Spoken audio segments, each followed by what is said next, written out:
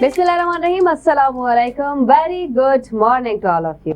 उम्मीद आहे तव्हां सभु ठीक ठाक हूंदा, ख़ुश हूंदा, खैर आफ़ियत सां हूंदा, जिते रहो खिलंदा मुस्कुराईंदा रहो।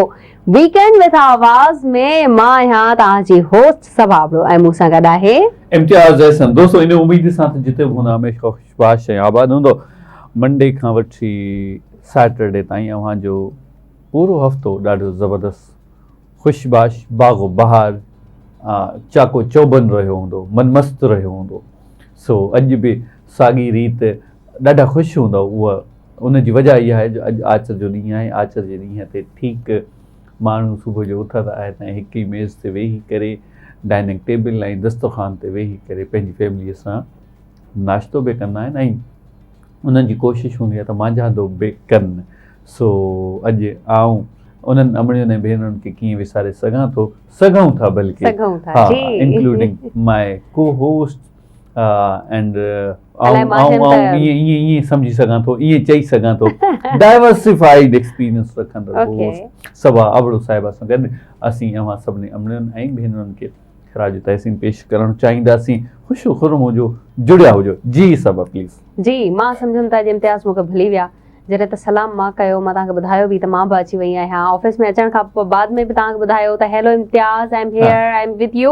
ऐं उन खां पोइ वरी ऑफिस में असीं हिते गॾु वेठा आहियूं, प्रोग्राम था कयूं, त उन खां पोइ बि इम्तियाज़ मूंखे भुली वियो। इहा भुलण जी आदत भला तव्हांखे कॾहिं खां पइजी वई आहे? न, बिल्कुलु बि कोन आहे। हमेशह माण्हू अॻे माण्हूअ खे जेको दोस्त हूंदो आहे न, जेके कुलीग हूंदा आहिनि, उन्हनि खे थोरो तजस्सुस में रखिजे त यार ही केतिरे हद ताईं असांखे भुलाए सघे थो। पर अचानक जॾहिं ख़बर पवंदी यार अहिड़ी का बि ॻाल्हि कोन्हे, यादि आहियूं, तंद ऐं तवार में यादि आहियूं ऐं यादि में यादि आहियूं। सो आउं सम्झां थो इहे चुटकुला हुजनि था, इहे खटियूं मिठियूं ॻाल्हियूं हुजनि थियूं, इहो इंतज़ारु, बेक़रारी, बेचैनी हुजे थी जेको हिक ॿिए खां माण्हू एक्सपेक्ट करे थो ऐं उहे एक्सपेक्टेशन्स जॾहिं पूरियूं लहनि थियूं त पोइ आड़े वारे खे ॾाढी ख़ुशी थिए थी, रिलेशन अव्हांजो स्ट्रॉन्ग थिए थो इन मीन्स ऑफ कुलीग। प्लीज़ ॾिसो हाणे कीअं बचाए विया पाण खे इम्तियाज़, पर तव्हां त बची विया।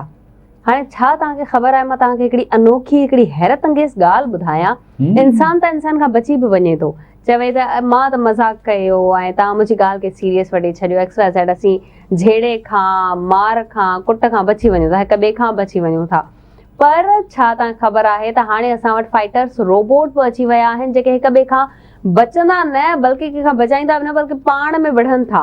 वीडियो तमामु घणी वायरल थी वई आहे। हाणे असांखे रोबोट्स जी वेढ़ ॾिसण में मिलंदी, जंहिंखे असीं बॉक्सिंग बि चई सघूं था, असीं रेसलिंग बि चई सघूं था, छो त उन ई वांगुरु, उन ई तर्ज़ सां रोबोट्स विढ़नि था। छा तव्हां कॾहिं सोचे सघो पिया त रोबोट्स बि कॾहिं विढ़ंदा? चलो कमकार त असीं ॿुधंदा आहियूं, खोड़ सारा कम अॼुकल्ह रोबोटिक सिस्टम थी विया आहिनि, पर विढ़ण बि हिकिड़ो रोबोट ॾेखारे थो असांखे त मां विढ़ी बि सघां थो। बिल्कुलु ईअं आहे ऐं सम्झां थो त अव्हां पंहिंजी ज़िंदगीअ में इन रोबोट्स खे ॾिसी विढ़ण शुरू न करे ॾिजो प्लीज़। असांखे पंहिंजो पाण में भाईचारो ऐं अमन क़ाइमु करिणो आहे। कल्ह जीअं नेल्सन मंडेला चयो, साॻी रीति असांखे बिरादरी मतिलबु ब्रदरहुड में रहणो आहे, भाईचारे सां अमन सां रहणो आहे। बहरहाल इहो हिकिड़ो टॉपिक आहे जेको अव्हां सां डिस्कस कयोसीं। चवण जो मक़सदु इहो आहे त असांजी दुनिया में छा थिए पियो, डिजिटल मीडिया किथे पहुती आहे, IT किथे पहुती आहे ऐं IT स्किल्स केतिरा आहिनि। असीं रोबोट्स में कुझु ॾींहं पहिरियां, कुझु वक़्तु पहिरियां बल्कि असां ॿुधंदा हुआसीं त मुख़्तलिफ़ माण्हुनि जा कमकार उन्हनि खे सौंपिया वेंदा, माण्हुनि जी जाइ ते हू अची रोबोट्स वेहंदा। इवन आउं अव्हांखे इहो बि ॿुधायां त कुझु मीडिया चैनल्स ते इहे बि रोबोटिक जेके न्यूज़ हलियूं हुयूं ऐं न्यूज़ एंकर हिकिड़ो रोबोटिक हुयो जेको न्यूज़ पियो पढ़े। सो साॻी रीति ईअं ई वरी रोबोट्स खे पाण में वेढ़ायो बि, फाइटिंग बि थींदी आहे, रेसलिंग ऐं बॉक्सिंग। सो इहो सोचियोसीं त अव्हां ताईं इहा ॻाल्हि ज़रूरु पहुचाइजे। इन खां अलावा बि असां वटि अनेक ख़बरूं आहिनि, अनेक टॉपिक्स आहिनि जेके अॼु इन प्रोग्राम जो हिसो बणाईंदासीं। जी सबा जी, त इम्तियाज़ हिकिड़े रोबोट जो विढ़ण ऐं हिकिड़े आम इंसान जो विढ़ण, जीअं असीं चवंदा आहियूं त रोबोट त हर शइ ॿुधाए सघे थो, पर हुन में फीलिंग्स त न आहिनि जेके इंसान में फीलिंग्स अची सघनि थियूं, या रोबोट असांखे उहा शइ महसूसु नथो कराए सघे जेको हिकिड़ो इंसान महसूसु कराए सघे थो। ऐं ईअं ई विढ़ण बि आहे, ज़ाहिरा हुनजा पुर्ज़ा थी वेंदा, ज़ाहिरा हिकिड़े खे धकु लॻंदो। टेक्नोलॉजी जो त इस्तेमालु आहे ई, पर क्लैश थींदा अगरि उन ॿिन्ही जे विच में त ज़ाहिर आहे डिस्ट्रॉय त थी सघे थो, पर इंसान ईअं न आहे। इंसान ड्रही बि वरी ठही वेंदो आहे, चाहे दिली तौर ते हुजे, चाहे जिस्मानी तौर ते हुजे चाहे ज़हनी तौर ते हुजे। सो इहे क्वालिटी सिर्फ़ु ऐं सिर्फ़ु इंसान में ई आहिनि। इंसान अशरफुल मखलूक़ात आहे। सो इलाही ॻाल्हियूं त आहिनि, पर हिन वक़्तु मुंहिंजो दिलि करे पियो त मुंहिंजी दिलि करे पई त मां इम्तियाज़ खां शाइरी ॿुधां। त शाइरी जी को फरमाइश बि मां न कई हुई ऐं मुंहिंजी दिलि बार बार चवे पई त इम्तियाज़ जी शाइरी ॿुधूं। लास्ट प्रोग्राम में बि मां चयो, मूंखे न ॿुधाई वई। बिल्कुलु ईअं आहे, पर अव्हांखे ख़बर आहे त कल्ह जो ॾींहुं ॾाढो सुठो गुज़रियो। अमन भाईचारे जो पैगाम ॾिनोसीं, अॼु बि पाण पैगाम ॾींदासीं। शाह लतीफ़ बिटाई रहमत असांजी समूरी सिंध जो हिकिड़ो वॾो नाओ आहे जी। न सिर्फ़ु सिंध में पर पाकिस्तान खां ॿाहिरि बि उनजो नालो निमाए आहे। शाह लतीफ़ चए थो, साईं सदाई करी मथे सिंध सुकार, दोस्त मिठा दिलदार, आलम सभु आबाद करी। दोस्त शाइर बि चवनि था, साईं सदाई करी मथे सिंध सुकार, दोस्त मिठा दिलदार, आलम सभु। के उन्हनि शाइरनि शाह लतीफ़ बिटाई रहमतुल्लाह अलैह बिलख़ुसूस पंहिंजी ज़ात जे लाइ दुआ न कई, पूरे आलम जे लाइ, सिंध जे लाइ न, पाकिस्तान जे लाइ न, पूरी दुनिया जे लाइ, आलम जे इंसानियत जे लाइ। इन करे असीं पाण जॾहिं ज़हन खे पॉज़िटिव विढ़ाईंदासीं त असांखे पॉज़िटिव मैसेज बि मिलंदा, असांखे शाइरी बि मिलंदी, असांखे फ़नून लतीफ़ा बि मिलंदो, असांखे अदब बि मिलंदो, असांखे कल्चर बि मिलंदो, महिमान नवाज़ी बि मिलंदी। साॻी रीति असीं जॾहिं पंहिंजे दिलि में उहे ॻाल्हियूं उहे उकरंदियूं, असांजे दिलि में उकरी ईंदियूं, जेके न सिर्फ़ु असांजी पंहिंजी शनाख़्त कराइनि था, पंहिंजो पाण ख़्यालु कनि था, पंहिंजो अहसासु ॾियारीनि था, पंहिंजो भरम रखाइनि था, साॻियूं ॻाल्हियूं असां ॿिए जे लाइ बि ईअं रखी सघूं था। पर आउं अव्हांखे ॿुधाईंदो हलां हिकिड़ो दचके वारी ख़बर आहे, जेका हूअं बि अव्हांखे ख़बर आहे त कॾहिं पेट्रोल जी सूरत में त कॾहिं ॿिनि मामलात जी सूरत में अवाम नास जे मथां बम किराया वेंदा आहिनि। हिकिड़ो ॿियो बि बम किरियो आहे। त अॼुकल्ह गर्मी ॾाढी लॻी पई आहे। कराची जो मौसम त ॾाढो ज़बरदस्त ऐं प्लेज़ेंट मौसम थी वियो आहे। ऐं मूंखे अफ़सोस के मां निकिरी कोन सघंदो आहियां, छाकाणि त ऑफिस टाइम ॾियणो हूंदो आहे। उहो ऑफिस मुंहिंजो पंहिंजो आहे, छाकाणि त कल्ह जेका ॻाल्हि पाण कईसीं त आउं जॉब ओरिएंटेड माण्हू कोन आहियां। सो बहरहाल हिन वक़्तु कराची जे मौसम खे एंजॉय करण जो वक़्तु आहे, लम्हो आहे, पल आहे। ऐं असांजा अनेक सारा नौजवान जेके ॻोठनि खां ट्रेवल करे डायरेक्ट सी व्यू ते अचनि था, समुंड ते अचनि था, दीवार ते अचनि था, बाक़ाइदा उहे वीडियोज़ बि ठाहिनि था, टिकटॉक बि ठाहिनि था ऐं मुख़्तलिफ़ हंधनि ते वञनि था, एंजॉय कनि था। पर दचके वारी अगेन मां थोरो तव्हांखे सस्पेंस ॾियां थो, तव्हांजी दिलि जी धड़कन जेका आहे उहा थोरी झटकी थिए, घटिजे, पर मूंखे लॻे थो त वधंदी वेंदी।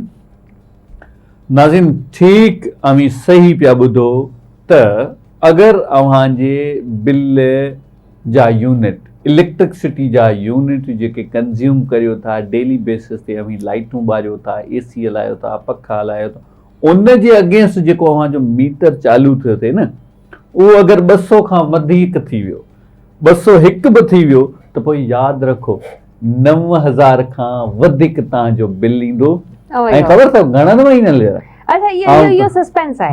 इहो सस्पेंस आहे। हिन ॻाल्हि खे असीं कंटिन्यू त कंदासीं ई, पर तव्हां सीव्यू जी ॻाल्हि कई, तव्हां मौसम जी ॻाल्हि कई। मां हिन मौसम जी सूरतहाल खे ख़राबु नथी करणु चाहियां। मां चाहियां थी त अञा हिन मौसम जी ॻाल्हि खे थोरो अॻियां वधायूं। छा तव्हांखे ख़बर आहे त मैंग्रोव्स घुमण जी बि हिकिड़ी जाइ आहे कराची में? अगरि सीव्यू ते इलाही रश आहे, इलाही माण्हू वधी विया आहिनि, ज़ाहिर समुंड त हर कंहिंखे जाइ ॾिए थो ऐं समुंड तमामु वॾो आहे, पर अगरि कोई मैंग्रोव्स ॾिसणु चाहे थो त प्लीज़ ओॾां बि सफ़र कयो। मैंग्रोव जी लाइफ ते रिसर्च कयो त केतिरा बचा आहिनि, छो तिमिर जा ॿेला, तिमिर जा वण घटि थींदा पिया वञनि ऐं इन्हनि जे घटि थियण जा नुक़सान केतिरा आहिनि, ओॾां बि वञो, ओॾां बि थोरो ॾिसो, पंहिंजे ॿारनि खे वठी वञो।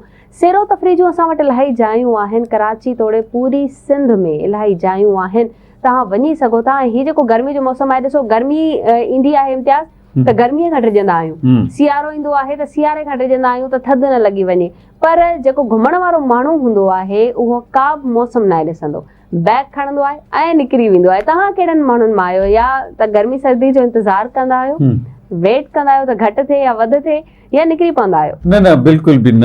मां सम्झां थो मौसम जो ख़्यालु करणु घुरिजे, पर जेकॾहिं अव्हां वटि सभु एहतमाम ऐं इंतज़ाम मौजूदु आहिनि, in means of conveyance, in means of finance, in means of facilities, First of all, finance. in means of team, त पोइ अवी निकिरी सघो था जेॾी महिल बि अव्हांजी दिलि करे। पर इन्हनि शयुनि मां का बि ॻाल्हि घटि आहे। अव्हां वटि टीम कोन आहे, अव्हां वटि कन्विंस कोन आहे, अव्हां वटि रेजिडेंस कोन आहे, अव्हां जा जिते तव्हां घुमणु वञो था उतां जा मामलात सेट कोन आहिनि, त पोइ तव्हांखे इंतज़ारु करणु घुरिजे।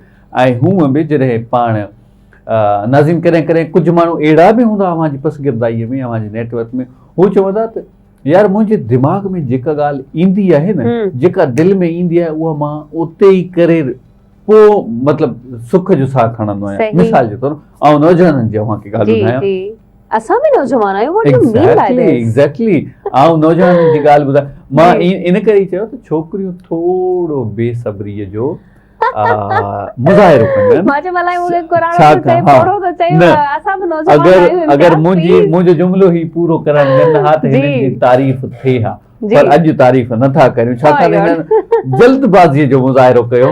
ऐं हूअं बि अव्हांखे ख़बर आहे कल्ह पाण ताज़ो हिकिड़ो टॉपिक ॿुधायो आहे, शेयर कयो, उहो आहे लिसनिंग। माण्हुनि खे ॿुधो त सही, उन खां पोइ तव्हां पंहिंजा रिएक्शन्स ॾियो। बहरहाल पाण ॻाल्हि पिया कईसीं त इलाही सारा नौजवान ॾाढा जज़्बाती हूंदा आहिनि। उन्हनि जी जेब में अगरि 10,000 आहिनि त पोइ 20,000 30,000 आहिनि। इलाही सारनि माण्हुनि खे माशाल्लाह ॾाढा सुठा पैसा हुजनि था, छाकाणि त यंग एज में 10 ऐं 12 सालनि जी एज में अगरि तव्हांजी जेब में 20,000 आहिनि त पोइ सम्झो तव्हां वॾा अमीर आहियो। पर उन नौजवान जी जेब में जॾहिं पैसा अची वेंदा आहिनि त पोइ हरू भरू ख़ामख़ा उन्हनि जे दिलि में ख़्वाहिशात उथनि, यार अॼु त पिज़्ज़ा खाइण ते मूड थियो आहे, अॼु छो न अकेले न पर पंहिंजे दोस्तनि खे घुराए उन्हनि सां पार्टी कजे, अॼु घुमणु वञिजे, अॼु शॉपिंग कजे, अॼु दोस्त खे शर्ट वठराए ॾिजे। पर जॾहिं जेब मां उहे पैसा ख़र्च थी वेंदा आहिनि, भाऊ घर में ईंदो आहे, जेॾी महिल ॾिसंदो आहे जेब खे त यार वॾो धक रसियो आहे, त पोइ अफ़सोस जा अलार्म सिचुएशन्स शुरू थी वेंदियूं आहिनि। त पोइ चाहींदो आहे यार काश मां उहो जज़्बाती फ़ैसिलो न वठां हा 10 मिंटनि जे लाइ हरू भरू जो पंहिंजे शशके जे लाइ। सो बहरहाल अव्हां पंहिंजे दिमाग़ खां दिलि खां जज़्बाती फ़ैसिला कॾहिं बि न वठंदा करियो। अव्हांजे दिलि में को ख़्यालु अचे थो उनखे सोचियो, उनखे परखो ऐं हुन खां पोइ फ़ैसिलो कयो। बहरहाल हिते वठंदासीं ब्रेक खां पोइ अव्हां सां मुलाक़ात थिए थी। Stay tune, stay with us. Ji welcome back नाज़रीन, हिकिड़ी नईं साईअ खां पोइ अव्हांजी ख़िदमत में हाज़िर आहियूं। दोस्तो अव्हांखे ख़बर आहे त असीं जेके मर्द हज़रात आहियूं, हिकु त कुर्ब जा कुठल हूंदा आहियूं, उहो कुर्ब पंहिंजी वाइफ जो ई हूंदो आहे, पंहिंजनि ॿारनि जो ई हूंदो आहे। पर इन सां गॾोगॾु अव्हांखे इहो बि पिणु ॿुधायां त असीं महांगाई जा बि कुठल हूंदा आहियूं। असां वटि जेके माशाल्लाह घर में जेके असांजूं लेडीज़ आहिनि, औरतूं आहिनि, उन्हनि जूं ख़्वाहिशातनि जा अंबार, उन्हनि जूं फरमाइशूं, उन्हनि जा जेके मेकअप जा सामान उहे खुटंदा ई कोन्हनि, ऐं असांजा पैसा खुटी वेंदा आहिनि, ख़्वाहिशूं कॾहिं कोन खुटनि। ऐं वरी हिकु त घर जा असां ॾमिरियल, घर में एतिरो जुठ, उन खां पोइ अगरि गवर्नमेंट बि जुठ करे त पोइ मर्द हज़रात वञनि बि केॾा। जीअं थोरी देरि पहिरियों पाण ॻाल्हि ॿोल्हि कईसीं त बिजलीअ जा बिल, पर उन खां पहिरियों अव्हांखे ॿुधायां कल्ह जीअं ॻाल्हि कई त 5 रुपया पेट्रोल वधियो। पेट्रोल जी का बि ख़बर कोन्हे, पेट्रोल वधी बि सघे थो, घटिजी बि सघे थो, पर उन जो असरु ज़िंदगीअ जे ॿियनि वाहिपे जूं शयुनि ते बि असरु पवंदो आहे।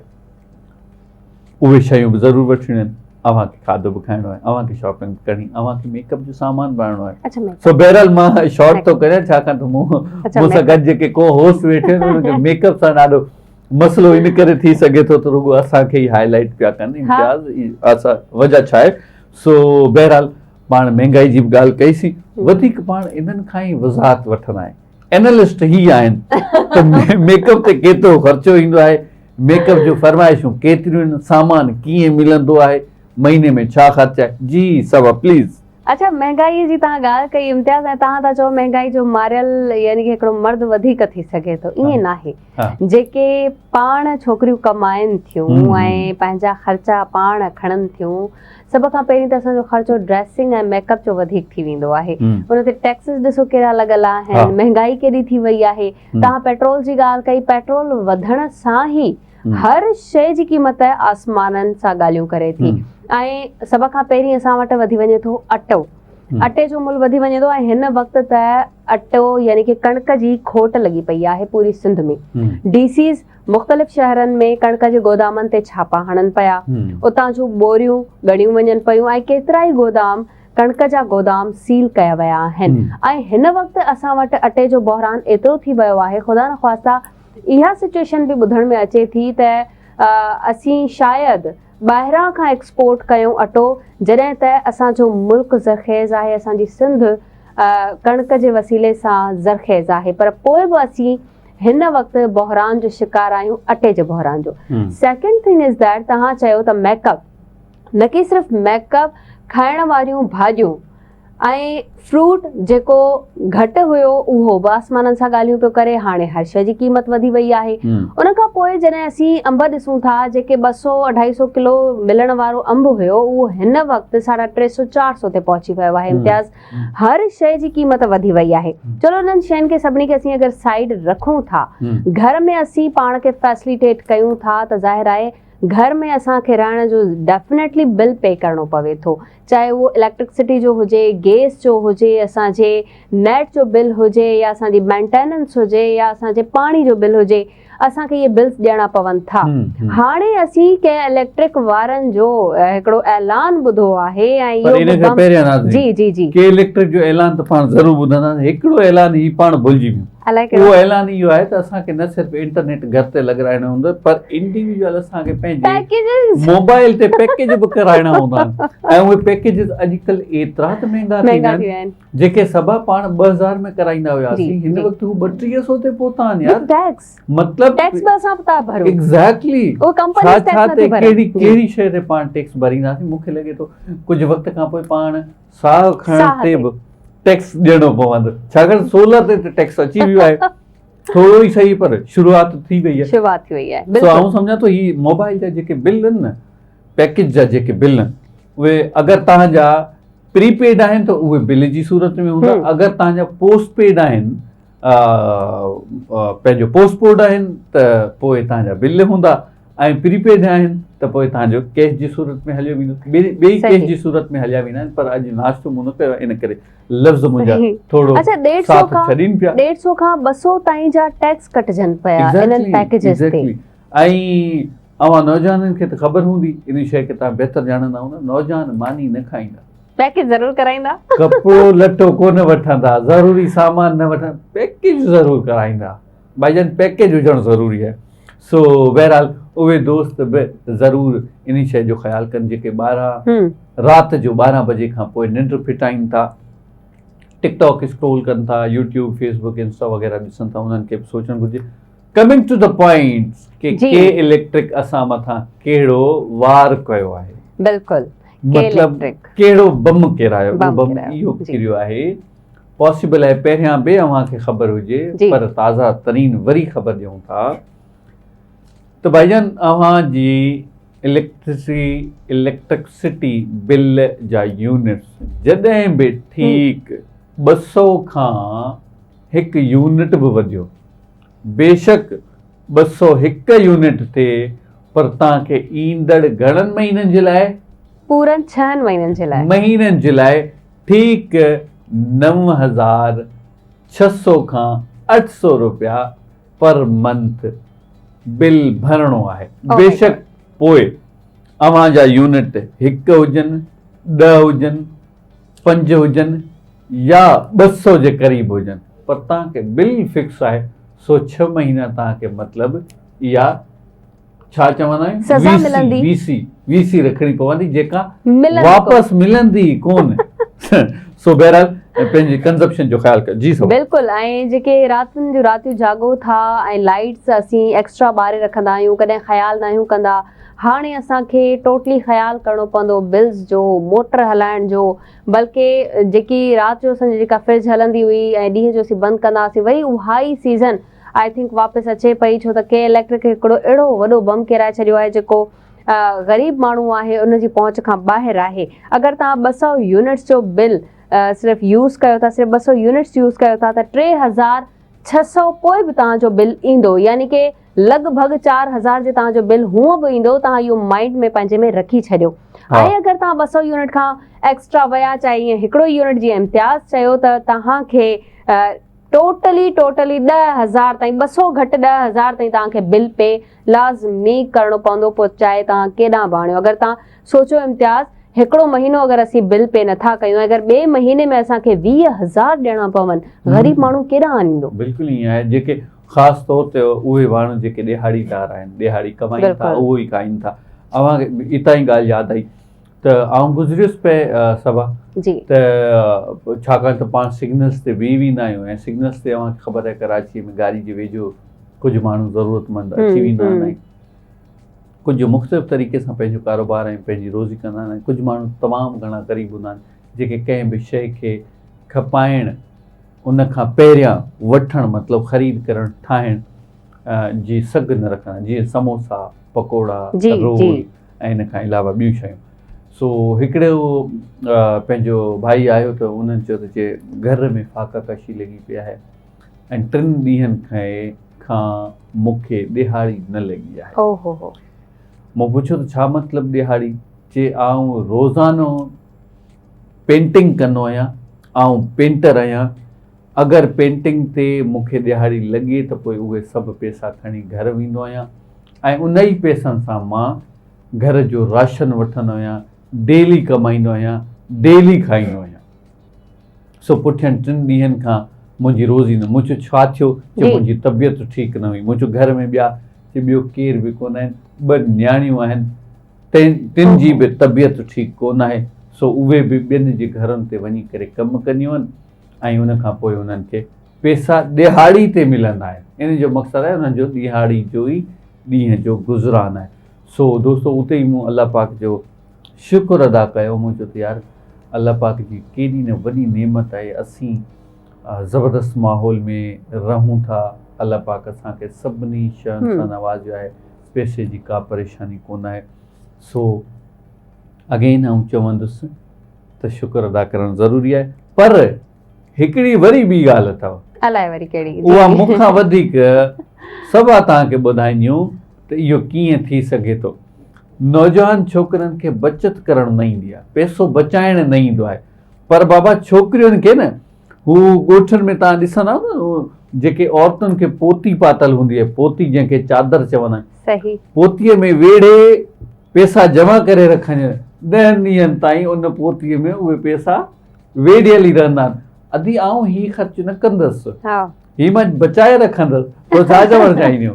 इहा ॻाल्हि बिल्कुलु सही आहे। ऐं कॾहिं कॾहिं मां पंहिंजा पैसा पाण भुली वेंदी आहियां त मां हिते रखिया आहिनि, ऐं जॾहिं मूं वटि पैसा ख़तमु थींदा आहिनि त मां पोइ पंहिंजूं जेके मुंहिंजूं जायूं ठहियल आहिनि नंढियूं नंढियूं उहे मां सर्च कंदी आहियां त ॾिसां किथां कुझु मिली वञे। इम्तियाज़ यकीन कंदो, मूं वटि 7 खां 8 हज़ार ईअं ई मिली वेंदा आहिनि त जॾहिं कुझु बि न हुजे त। ऐं असांजा वीचारा छोकिरा वाकई में उहे जल्दी जल्दी ख़र्च कंदा आहिनि। पहिरीं त पंहिंजी बाइक ठाराईंदा, जेका हुननि जी पसंदीदा शख़्सियत चइजे, खणी हिकिड़ी सहेली चइजे, छा बि उहा हुननि जी हिकिड़ी क़ीमती शइ हूंदी आहे। पहिरीं त पंहिंजी बाइक ते ख़र्चो कंदा, उन खां पोइ वरी पंहिंजे मोबाइल ते कवर। अच्छा, मां हमेशह छोकिरनि खे इहो ई बि चवंदी आहियां, जेतिरो तव्हां पंहिंजी मोबाइल ते बाइक ते ख़र्च कयो था ओतिरो मोबाइल ते बि कयो।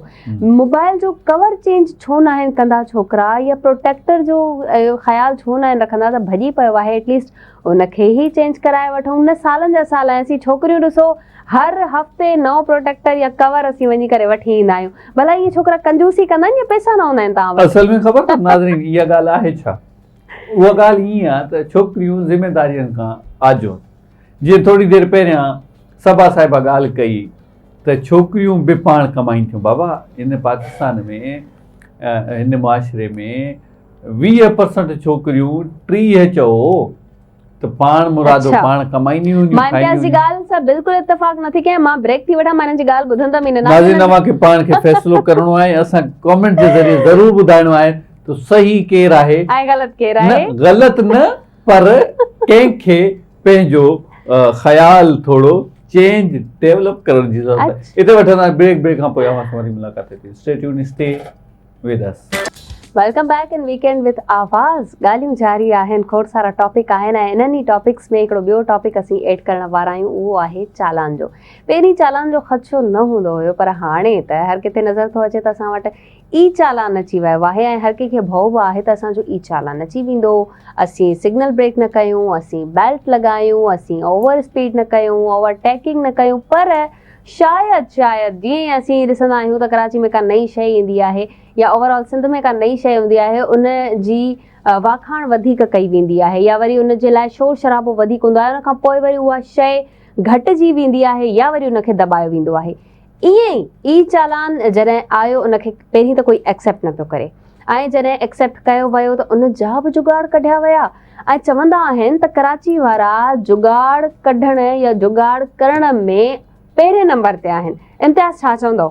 बिल्कुलु इहा ॻाल्हि सही आहे ऐं अव्हांखे ख़बर आहे त ई चालान जी वटसट लॻी पई हुई ऐं जॾहिं इन जी शुरूआति थी पए त पोइ घणनि ई माण्हुनि चयो त अवाम जे मथां ई ॿियो बम आहे, अलॻि क़िस्म जो बम आहे। पर अव्हांखे ख़बर आहे त ई चालान अचण खां पोइ, मुतारिफ़ थियण खां पोइ इलाही सारनि एक्सीडेंट्स में बि कमी आई ऐं निमाया कमी आई। इन खां अलावा आउं अव्हांखे इहो बि ॿुधायां त जेका ओवर स्पीड, ओवरटेकिंग ऐं पंहिंजो पाण में हरू जो हर आए ॾींहुं पाण रस्ते ते ॾिसंदा हुआसीं त हिकिड़ा माण्हू ॿियनि माण्हुनि सां टकर में बीठा हूंदा।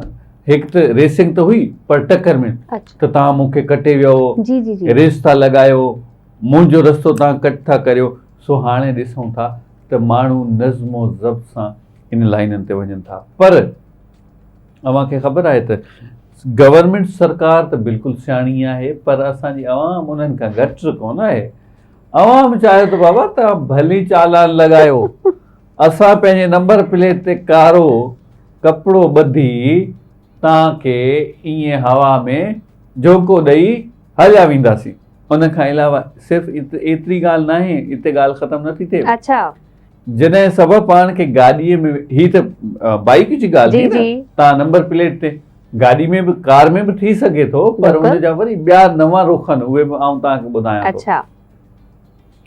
जेके बाइक आहिनि, बाइक जी नंबर प्लेट मथां कपिड़ो ॿधनि था नौजवान, ठीकु, हेलमेट चङो पाइनि था, न बि पाइनि था त पोइ उन्हनि ते चालान लॻे थो, पर बचण जो तरीक़ो नंबर प्लेट ते ओके आहे। गाॾी वारा छा पिया कनि, जॾहिं उन्हनि खे बेल्ट पाइणो आहे, बेल्ट ॿधणो आहे, त पोइ हू ॾाढी ज़बरदस्त, माना हिकिड़ी फर्स्ट क्लास अक़लमंदी जो मुज़ाहिरो कनि पिया। त हू शर्ट अहिड़ी पिया ठाराए छॾीनि जंहिं शर्ट मथां हूअ बेल्ट स्टैम्प कराए, हा, बेल्ट स्टैम्प कराए ठाराए, लोगो लॻाए, त पोइ हू गाॾी में वेहनि था ऐं ड्राइव कनि था। यानी कि कैमरा जी अखियुनि में मिर्च विझण। बिल्कुलु ईअं, बिल्कुलु ईअं। ऐं अव्हांखे ख़बर आहे त हिकिड़ी ॿी ॻाल्हि, त जॾहिं रिक्शा जी ॻाल्हि करियूं था, बल्कि वॾी गाॾी जी ॻाल्हि करियूं, गाॾीअ में हाणे बेल्ट, उहो त पाण फ़ैसिलो करे वरितोसीं, पाण खे इहो हा ख़बर पइजी वई। छा कर, नंबर खे कीअं लिकाइजे? नंबर खे लिकाइण जे करे जे लाइ हूअ हिकिड़ो गोल प्लेट पिया ठाराइनि, उन गोल प्लेट मथां हिकिड़ो रेगज़ीन ॿधीनि पिया, ताकी अवाम खे ख़बर पए साईं ही या गवर्नमेंट जी गाॾी आहे या वकील जी गाॾी आहे। ऐं उन गोल प्लेट जे करे पुठियां नंबर नज़र ई न पियो अचे। ऐं हिकिड़ी वरी भली ॻाल्हि इहा तव्हांखे ॿुधायां त गवर्नमेंट जे तरफ़ां अवाम नास खे इहो बि रिलीफ ॾिनो वियो, चङो बाबा तव्हां अगरि अक़लमंदी करियो था, ग़लतियुनि खां नथा मुड़ो, तव्हांखे हिकिड़ो असां ऑप्शन ॾींदासीं, हिकिड़ो चांस ॾींदासीं त सुधरी वञो। सम्झो, हिकिड़ो भेरो चालान ईंदो ऐं तव्हां चाहियो था त ॿिए भेरे ग़लती न थींदी, त पोइ उनखे माफ़ बि कराए सघूं था। ॿाहिरां इन में असांखे बदनज़मी बि नज़र आई ऐं ई चालान में इलाही सारा माण्हू दावूं कनि पिया त असांजा चालान अलाए जी छो था अचनि, असीं सिग्नल बि नथा टोड़ियूं, असीं बेल्ट बि ॿधूं था, असीं पंहिंजी लेन में बि हलूं था, ओवर स्पीड बि नथा कयूं। अच्छा, इहो उहो मसलो त न आहे जीअं असीं कंहिं इलेक्ट्रिक जी ॻाल्हि कईसीं जीअं हिकिड़नि जा बिल ॿिया भरींदा आहिनि, बिजली Exactly. चोरी थी वेंदी आहे त उहो ॿियनि ते अची बिलनि जो बार पवंदो आहे, उन्हनि जी लाइट बि वेंदी आहे, उन्हनि जा बिल बि क्लियर हूंदा आहिनि, ड्यूज़ बि न हूंदियूं आहिनि, पोइ बि उन्हनि जी लाइट जो मसलो हूंदो आहे। इहो हा त न आहे बिल्कुलु कोई ईअं आहे, बिल्कुलु ईअं आहे।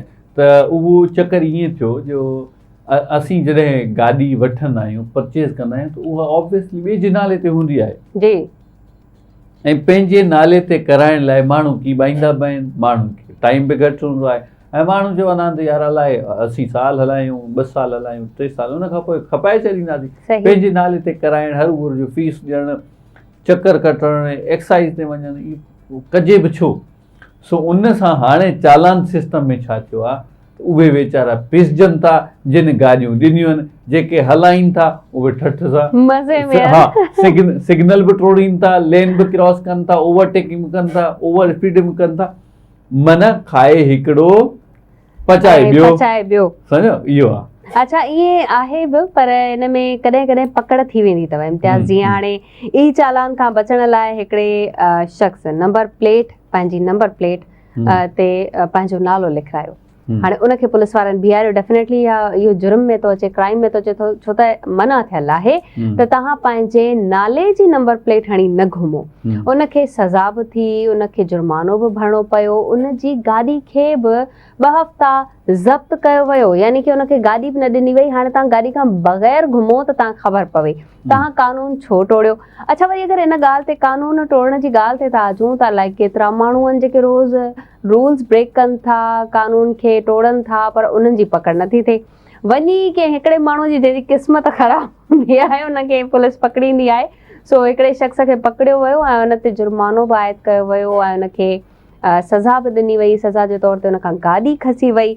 गॾोगॾु मां तव्हांखे इहो बि ॿुधाईंदी हलां त असांजी हिकिड़ी सुठी एंकर पर्सन आहिनि, होस्ट आहिनि ऐं तमामु सुठियूं सेलिब्रिटी आहिनि पाकिस्तान जूं। उहे जॾहिं पाकिस्तान ईंदियूं आहिनि त ज़ाहिर पंहिंजे मुल्क में ईंदियूं आहिनि त खोड़ सारियूं ॻाल्हियूं कंदियूं आहिनि, इलाही पसंदि कंदियूं आहिनि पंहिंजे मुल्क खे, रहंदियूं आउट ऑफ कंट्री आहिनि। उन्हनि बि इहा ई ॻाल्हि कई, जॾहिं मां सिग्नल ब्रेक नथी कयां, जॾहिं मूं वटि मूंखे सीट बेल्ट बि लॻल आहे, जॾहिं मां ओवर स्पीड बि नथी वञा, पोइ बि मूंखे 6 चालान आया आहिनि, यानी कि ई चालान मूंखे भरणो आहे, पर 6 कंटिन्यूटी मां ॾिसंदी रहियमि, मुंहिंजूं पिक्चर्स आयूं, उन में मूंखे सीट बेल्ट बि लॻल हुयो, पोइ मूं वटि ई चालान छो आयो, यानी कि मूंखे चालान, यानी कि असीं पोइ हिनखे कैमरा जी ख़राबी चई सघूं था या ॿिए कंहिंजो चालान ॿिए कंहिं वटि बि वञी सघे थो? न बिल्कुलु ईअं आहे, इहो त मां सम्झां थो ई चालान वारा ई ॿुधाए सघनि था। बहरहाल असां उन्हनि जी दर्द ऐं सितम खे सम्झी सघूं था, कर्ब खे सम्झी सघूं था, पर उहे ग़रीब माण्हू, हीअ सेलिब्रिटी आहे, पर सेलिब्रिटी खां अलावा बि जेके माण्हू ग़रीब माण्हू आहिनि, अगरि उन्हनि ते इहो ज़ुल्म थिए ऐं इहो बम किरे, इहो बम कड़के, त पोइ उन जी छा सोच, उन जा अहसास छा हूंदा, उन जा उदमा छा हूंदा। बहरहाल इहे सिर्फ़ु ई चालान जा जेके बम आहिनि न, सरकार मथां नथा किरनि, असां पंहिंजो पाण मथां बि किरायूं था। उहो कीअं? जीअं पाण इलेक्ट्रिसिटी जी ॻाल्हि कईसीं न, पाण हर उहो जो ख़ामख़ा, जीअं थोरी देरि पहिरियां तव्हां चयो त कुझु माण्हू अहिड़ा हूंदा आहिनि, अचानक सां गर्मीअ में शौक़ु थियो, साईं मूंखे शहर वञिणो आहे, ख़ासि तौर ते मां ॻोठुनि जी ॻाल्हि पियो कयां, फ़ोन ते ॻाल्हि ॿोल कईसीं, भाईजान किथे आहियो, असीं चांहि पिया पियूं, अव्हांखे यादि करियो पिया, अमी नज़र न पिया अचो, साईं किथे वेठा आहियो? साईं आऊं त होटल ते वेठो आहियां। कहिड़े होटल ते? बाबा काका होटल ते वेठो आहियां जी। अड़े यार मां त घर में सुम्हियो पियो। भाईजान तव्हां खां सवाइ त मज़ो ई नथो अचे न, चांहि त पीअणी आहे। अच्छा चांहि पीअणी, मां बसि आयुसि। भाऊ छा कंदो, बग़ैर कपिड़े जे, बग़ैर मौसम खे ॾिसंदे बाइक खे किक हणंदो, ठीकु 10 मिंटनि में जहाज़ थी उते पहुचंदो। पर भाऊ खे ख़बर ई न पवंदी, आॾो अगरि एसी लॻल आहे, एसीअ खां पोइ राति जो जॾहिं मोटे थो, घर में सुम्हे थो ऐं सुबुह जो बुखार थी पियो, मन ॾियण जा वठण जा ॾियणा पइजी विया, यानी कि गर्मी सर्दी मिक्स थी वई। एग्ज़ैक्टली, इहो पंहिंजो पाण मथां बम केराइणा, इहो पाण मथां बम केराइणा, रुगो सरकार नथी केराए, असीं पंहिंजो सिहत जो ख़्यालु नथा रखूं, इन जो मक़सदु पाण मथां केरायूं था। ख़ामख़ा डेली बेसिस ते तव्हां चाहियो था जंक फूड हुजे, पाण मथां बम पाण मथां बम आहे। हा, उहे दोस्त जेके चवनि था न साईं असीं त घर जी मानी खाईंदासीं, असीं त होटलिंग कंदासीं, पाण मथां बम केराईंदा। इहो ईअं थी वेंदो, आ बेल मुझे मार। हा, आ बेल मुझे मार, सो ईअं न कंदा कयो यार, पंहिंजो ख़्यालु रखंदा करियो, पंहिंजे ॾोकड़नि जो ख़्यालु सही। रखंदा कयो। ऐं असांखे बि ख़्यालु रखिणो पवंदो। हाणे असांखे ब्रेक बि त वठिणो आहे इम्तियाज़। ईअं? सो हाणे तव्हां अगरि Okay. थोरो साही पटियो त मां ब्रेक वठी वठां। Done. So Thank break you. था वठूं नाज़रीन, ऐं वीकेंड विद आवाज़ में वरी ॿीहर मोटूं था नंढड़े ब्रेक खां पोइ। तव्हां बि कहिड़ा न वञिजो। वेलकम बैक नाज़रीन, हिकिड़ी नंढी साईअ खां पोइ अव्हां जी ख़िदमत में हाज़िर आहियूं। उमेद ॾिसो पिया आवाज़ टीवी जी ख़ूबसूरत स्क्रीन ते ख़ूबसूरत प्रोग्राम वीकेंड विद आवाज़। आऊं आहियां इम्तियाज़ अहसन ऐं मूंसां गॾु आहिनि सबा अबड़ो साहिबा ऐं चटखारेदार चुटकुला ॻाल्हियूं टॉपिक्स ज़रूरी आहिनि, छाकाणि त Sunday is a fun day. Fun day, yes. ठीकु आहे, इन करे ज़िंदगीअ में संजीदगी ज़रूरी आहे, पर अगरि तव्हां यकसानियत में रहंदो,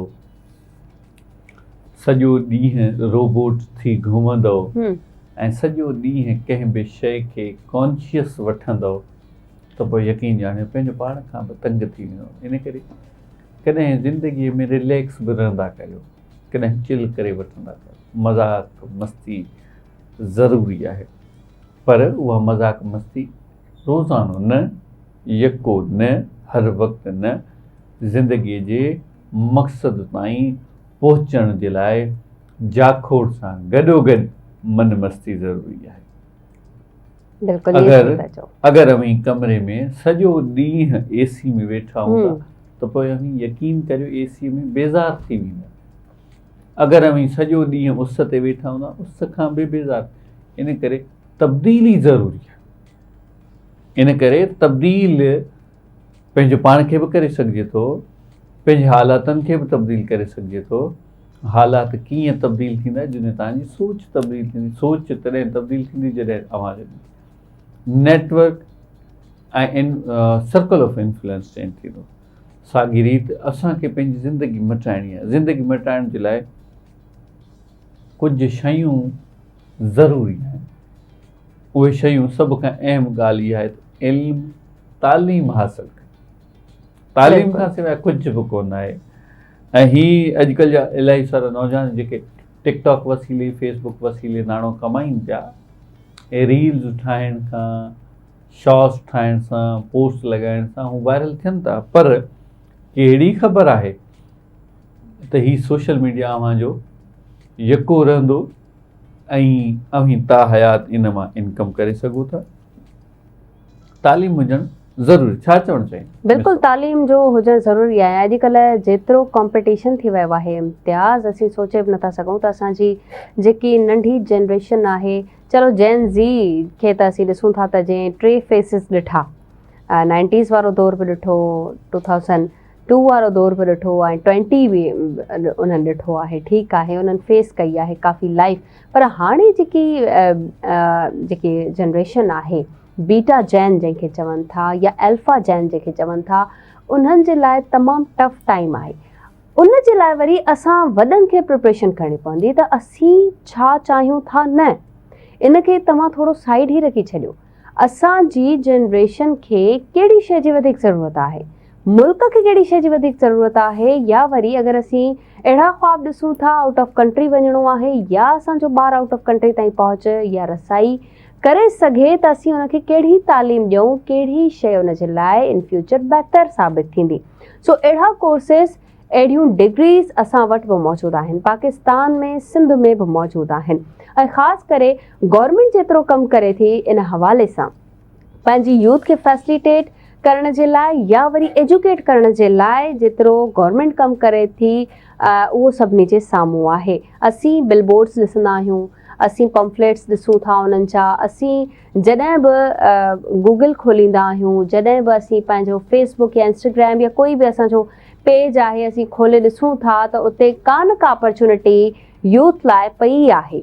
यानी कि उन्हनि में एज लिमिट बि ॿुधाई वञे थी, उन्हनि में कोर्सिस बि ॾिना वञनि था फ्री ऑफ कॉस्ट। तव्हां कोर्सिस कयो, AI सिखो, रोबोटिक्स सिखो ऐं चैट GPT हलाइणु सिखो। आहिनि छा इहे शयूं, कीअं यूटिलाइज़ कजनि थियूं पंहिंजी ज़िंदगीअ में ऐं इन्हनि मां फ़ाइदा कीअं हासिलु करे सघजनि था। अॼु आहे इन सभिनी शयुनि जो दौरु। जी इम्तियाज़, बिल्कुलु ईअं आहे। ऐं अव्हां ॾाढी सुठी ॻाल्हि ॿोल कई, पर अव्हांखे ख़बर आहे त गूगल हिकिड़ो ॾाढो सुठो ब्राउज़िंग सॉफ्टवेयर आहे। जी, इन ब्राउज़िंग सॉफ्टवेयर वसीले पाण ज़िंदगीअ में अनेक मालूमाती शयूं हासिल करे सघूं था।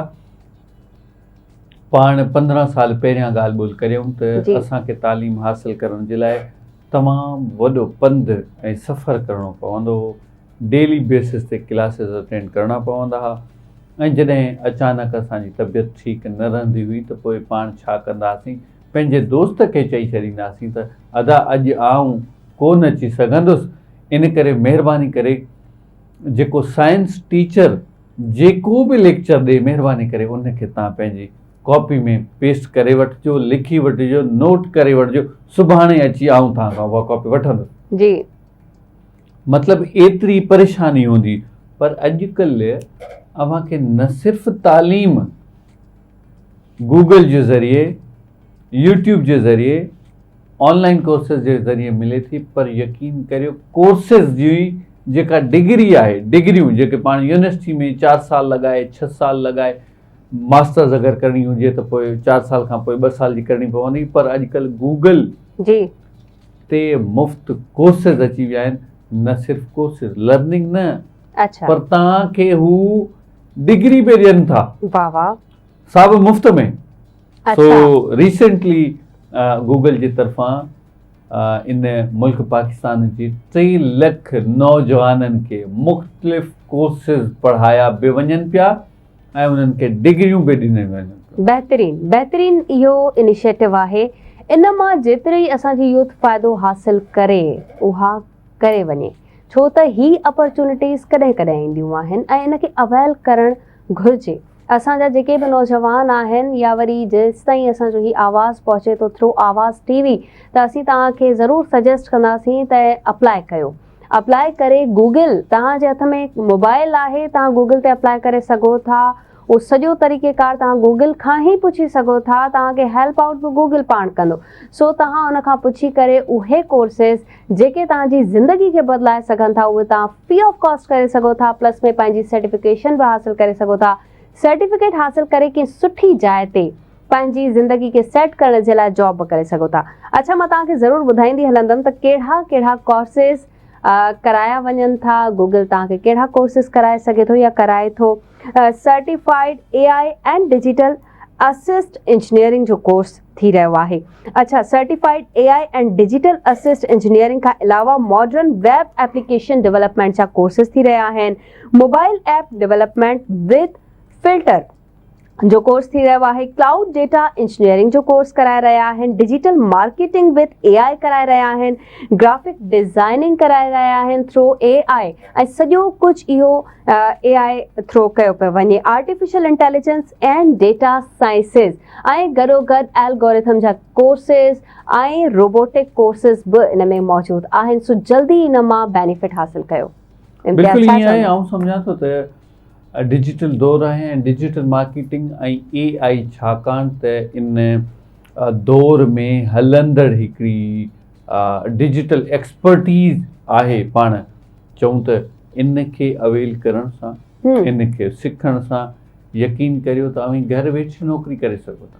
बिल्कुलु। पाण जॾहिं सभा तव्हांखे यादि हूंदो त जॾहिं डिजिटल दौर जो दौर आयो थिए, इन पए थियो, अञा र्यूमर्स माना ॻाल्हियूं हलनि पियूं, त पोइ माण्हुनि छा पिए सम्झो कि यार इहो वरी कीअं घर वेही करे कीअं नौकरी कंदासीं। नौकरी त ऑफिस में थींदी आहे, माण्हुनि वटि ऑफिस में वेंदासीं, कमु कंदासीं त पोइ पैसा ॾींदा। पर उन खां पोइ पाण ॾिठोसीं त नौजवाननि जो रुझान ऑफिसिस खां हटी करे वर्क फ्रॉम होम जी तरफ़ वधी वियो। ऐं असांजे ॻोठनि में बि इहो कॉन्सेप्ट अची, ॻोठ में अनेक सारा नौजवान जेके घर में वेही करे नौकरी कनि था। पाकिस्तान में नौकरी नथा कनि, पाकिस्तान खां हटी करे ॿिनि मुल्कनि में बि नौकरी कनि था। नौकरी कीअं था कनि, इन जो इहो मक़सदु कोन आहे त हू पाकिस्तान खां ॿाहिरि रोज़ाना वञनि था वरी रोज़ाना मोटनि, न, घर में सर्विसिस ॾियनि था, मुख़्तलिफ़ सर्विसिस। अॼुकल्ह सोशल मीडिया जो दौर आहे। हर बिज़नेस चाहे थो त मूंखे पंहिंजे प्लेटफॉर्म ते, मूंखे पंहिंजी सोशल मीडिया ते तमामु पज़ीराई मिले। हर माण्हू सेल्फ ब्रांडिंग चाहे थो। सेल्फ डेवलपमेंट जे करे तव्हांखे सेल्फ ब्रांडिंग करणी पवंदी, छाकाणि त अव्हांजो ब्रांड तॾहिं ई ठहंदो न जॾहिं तव्हां ॿियनि खां मुनफ़रिद हूंदा ऐं हूअं बि चवंदा आहिनि त जो दिखता है वो ही बिकता है। इन करे अगरि तव्हां चाहियो था त अव्हांजो market value in means of salary वधे त पोइ अव्हांजो जेके बि एक्सपर्टीज़ आहिनि उन्हनि खे तव्हां पंहिंजे स्क्रीन ते सोशल मीडिया ते ज़रूरु शेयर करियो, एडवर्टाइज़ करियो, माण्हुनि खे ॿुधायो त बाबा जेके अव्हांजूं ज़रूरतूं आहिनि उहे असीं फुलफिल कंदासीं। सही। असीं अव्हांखे जॉब जेके बि रिक्वायरमेंट्स आहिनि, जॉब डिस्क्रिप्शन आहे, उहा असीं तव्हांखे ॿुधाईंदासीं बि, जॉब डिस्क्रिप्शन खे फुलफिल बि कंदासीं। रुॻो अव्हां असांखे प्रॉम्प्ट ॾींदव, असां उनजो सॉल्यूशन ॾींदासीं त पोइ तव्हांखे नौकिरी घर वेठे मिली वेंदी। बिल्कुलु, नौकिरी वठण बि अॼुकल्ह आसान थी वियो आहे ऐं हिते बि न, सो बि जीअं इम्तियाज़ चयो था, आउट ऑफ कंट्री में असीं आसानी सां वेही कमाए सघूं था, पर इहो तॾहिं थी सघे थो त सभ खां पहिरीं तव्हां महिनत कयो।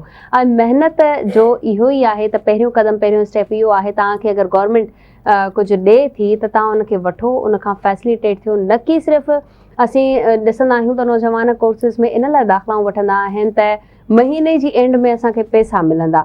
सिर्फ़ु असांजी एंट्री थी वेंदी, असांजी हुते कोटा पूरी थी वेंदी, असीं हुते वञी साइन करे ईंदासीं, दैट्स इट, ऐं असीं हिकिड़ो सर्टिफिकेट बि हासिलु करे वठंदासीं ऐं उनखां अलावा असांखे पैसा बि मिलंदा, वज़ीफ़ो बि मिलंदो। जॾहिं त अॻियां हली करे उहो कोर्स न करण जा केतिरा नुक़सान आहिनि। किथे तव्हां जॉब लाइ वेंदा, अप्लाई कंदा, तव्हांखे कमु न ईंदो, तव्हांखे इंटरव्यू ॾियणु न ईंदो, तव्हांखे कोई बि जॉब न ॾींदो। ऐं हाणे जेको ही वक़्तु हले थो, इहो वक़्तु नौजवाननि लाइ तमामु घणो क़ीमती आहे। मां सभिनी खे चवंदी आहियां जेके 23 साल खां 30 साल ताईं, यानी कि 6-7 सालनि जो जेको पीरियड आहे, अॼुकल्ह जा जेके छोकिरा ऐं छोकिरियूं आहिनि उन्हनि लाइ ही तमामु टफ टाइम आहे, टफ पीरियड आहे। तव्हां अॼु हिन पीरियड में कुझु करे वरितो, सुभाणे तव्हांजी ज़िंदगी आसान थींदी। बिल्कुलु ईअं आहे नाज़रीन, आउं सम्झां थो अॼु जा जेके नौजवान आहिनि उहे सम्झनि था त असांखे छा करणु घुरिजे, पर उन्हनि ते अमल करणु थोरो ॾुखियो थिए थो। पाण ख़्वाब त वॾा ॾिसंदा आहियूं, पर ख़्वाबनि जी साबियां जे लाइ जेका महिनत घुरिबल हूंदी आहे, पाण उन महिनत खां कीॿाईंदा आहियूं, निटाईंदा आहियूं। पाण चवंदा आहियूं त शॉर्टली असांखे को अहिड़ो रस्तो मिली वञे जंहिं रस्ते ते हली करे असां जल्द अमीर थी वञूं, सो इहो पॉसिबल कोन आहे। महिनत करणी पवंदी। पाण हिते वठंदासीं ब्रेक खां पोइ अवां सां वरी मुलाक़ात थिए थी। Stay with us. Welcome back नाज़रीन, हिकु बार ॿीहर भलीकार वीकेंड विथ आवाज़ में असीं तव्हां सां गॾु मौजूदु आहियूं ऐं सेगमेंट आहे आख़िरी ॻाल्हियूं आहिनि, छो न का म्यूज़िक जी ॻाल्हि कजे, का अहिड़ी ॻाल्हि कजे जंहिंसां सुर बि छिड़ी वञनि, ताल बि छिड़ी वञे, पर छा कजे जो असां वटि हिते म्यूज़िक अवेलेबल न आहे। सो मां तमामु घणी म्यूज़िक लवर आहियां ऐं ख़ासि करे मूड ते डिपेंड कंदो आहे त छा ॿुधूं, ग़ज़लूं ॿुधूं, शेरो शाइरी कंहिंजी किताब पढ़ी वठूं था या शेरो शाइरी ॿुधी वठूं था, कॾहिं मुशाइरे में माण्हू हलियो वञे। इहा बि हिकिड़ी ज़िंदगी आहे, इन सां बि नवाण पैदा थींदी आहे। ऐं ख़ासि करे चवंदा आहिनि जॾहिं इंसानु उदास हुजे त म्यूज़िक ॿुधे, अगरि उदास हुजे त को अहिड़ो म्यूज़िक ॿुधो वञे जंहिंसां रूह खे राहत त अचे पर पाण खे थोरो माण्हू रिलैक्स बि करे। इम्तियाज़ हिन में केतिरी सदाकत आहे त जेका शाइरी आहे या वरी म्यूज़िक आहे इंसान खे रिलैक्स कंदो आहे। बिल्कुलु सबा, आउं अव्हांखे इन सवाल जो जवाबु ज़रूरु ॾींदुसि, पर हिकिड़ी ॻाल्हि खां पोइ जेका नाज़रीन सां आउं करणु चाहियां। नाज़रीन, अव्हांखे ख़बर आहे त सबा रुॻो म्यूज़िक ॿुधंदी कोन आहे, सबा माशाल्लाह ॾाढो सुठो गुनगुनाईंदी बि आहे।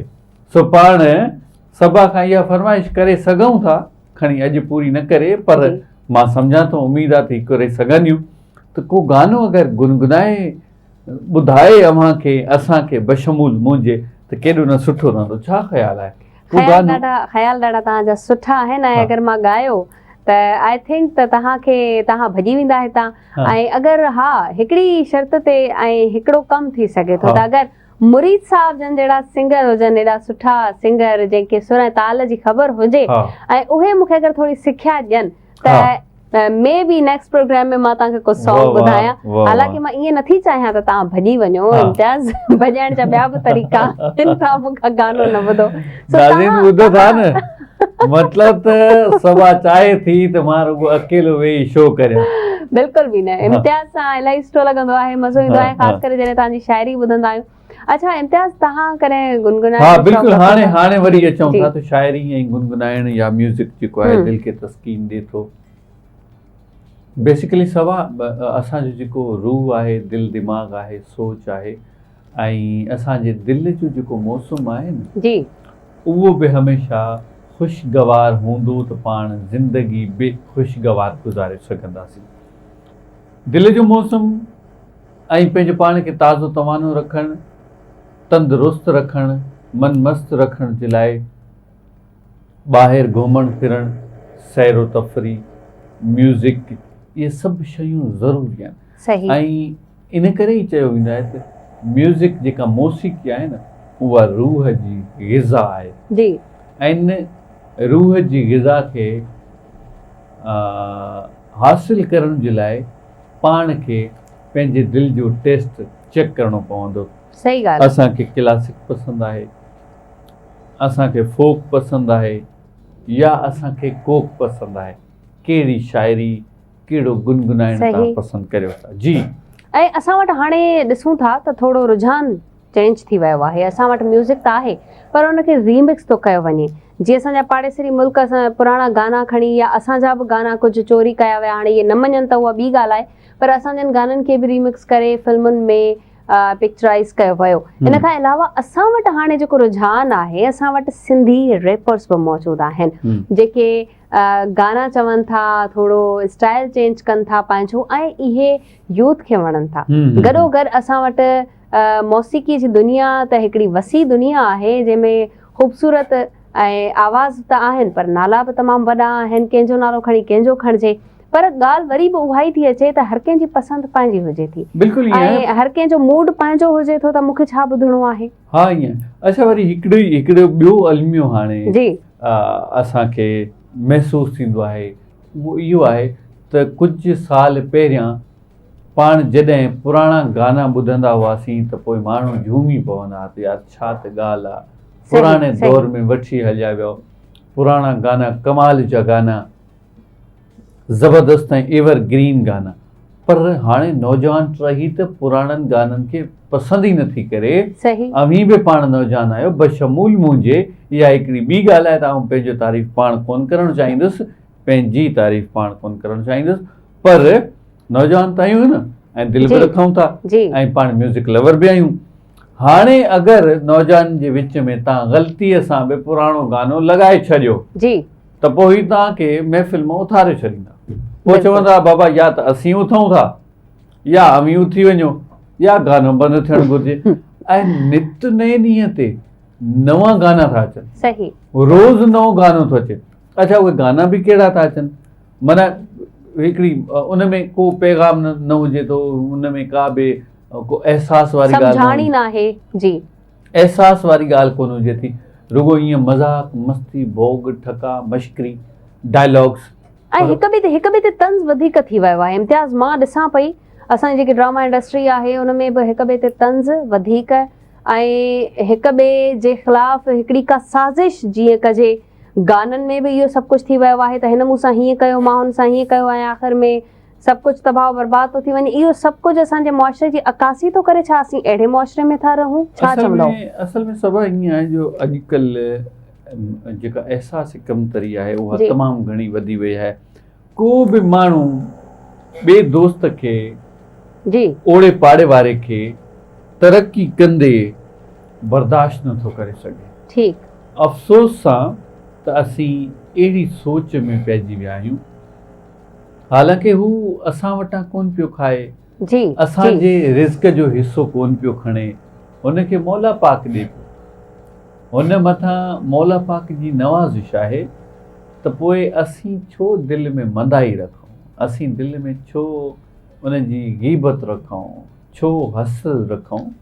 इन करे अगरि अव्हांजो दोस्त अहबाब रिश्तेदार पाड़े वारा तरक़ी कनि था त पोइ अमीं ख़ुशि नथा थियो त पोइ ॿेली महिरबानी करे हसद बि न करियो ऐं अमीं हसद न करियो। अलाह पाक दिलियुनि जे राज़ खे ॼाणण वारो आहे।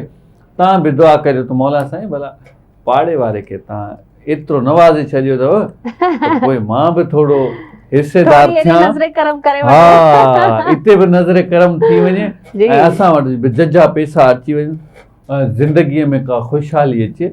सो इन करे नेक दुआऊं कंदो त मौला ज़रूरु ॿुधंदो ऐं इंशाअल्लाह उहे तव्हांजी दुआऊं अगामन जूं ज़रूर हिक ॾींहुं त ज़रूर असांखे इहा उमेद आहे त सभिनी जी दुआऊं क़बूल थींदियूं। अच्छा इम्तियाज़ इहो ॿुधायो त अगरि तव्हांखे हिकिड़ो मौक़ो मिले, ज़िंदगी मौक़ो ॾे कोई, त तव्हांखे पंहिंजे पसंदीदा सिंगर सां डिनर करिणो आहे या वरी उनजो लाइव वेही म्यूज़िक ॿुधणो आहे त तव्हां कंहिंखे सिलेक्ट कंदव?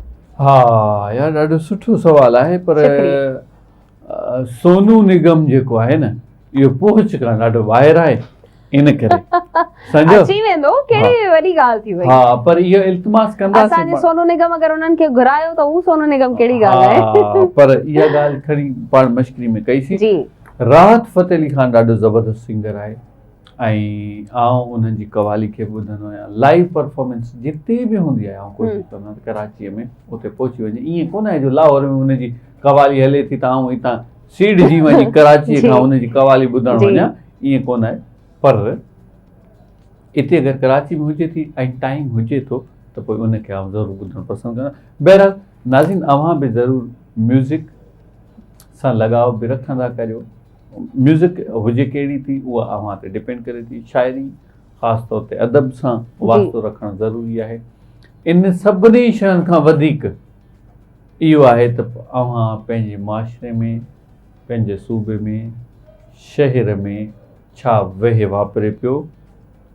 इन मीन्स के एजुकेशन जूं अपॉर्चुनिटीज़ कहिड़ियूं आहिनि, नौकरियुनि जूं अपॉर्चुनिटीज़ कहिड़ियूं आहिनि, बिल्कुलु अॻिते वधण जूं अपॉर्चुनिटीज़ कहिड़ियूं आहिनि, इन्हनि शयुनि खे ज़रूरु एक्सप्लोर कंदा करियो दोस्तनि सां। उहे दोस्त जेके अव्हांजी ज़िंदगीअ में को सुठो किरदारु, अमली किरदारु अदा कनि त पोइ उन्हनि सां गॾु विहंदा करियो, बजाए इन जे जो शाम जो अव्हां चओ त यार खुलियल मैदान ते हिकिड़ो होटल खुलियो आहे ऐं उन होटल ते पाण हलूं था, कचहरी बि कयूं था।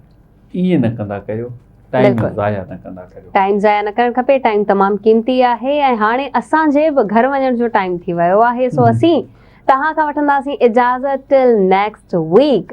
सो ॾींदा सवा अबलो खे इजाज़त ऐं मूंसां गॾु ॾींदा इम्तियाज़ अहसन खे इजाज़त ज़रूरु ॾींदा पर हिकिड़ो वाइदो तव्हां खां ज़रूरु वठंदो, जिते बि हूंदो पंहिंजो रखंदो तमामु घणो सारो ख़्यालु। इन सां गॾु पाण चवंदासीं अल्लाह हाफ़िज़।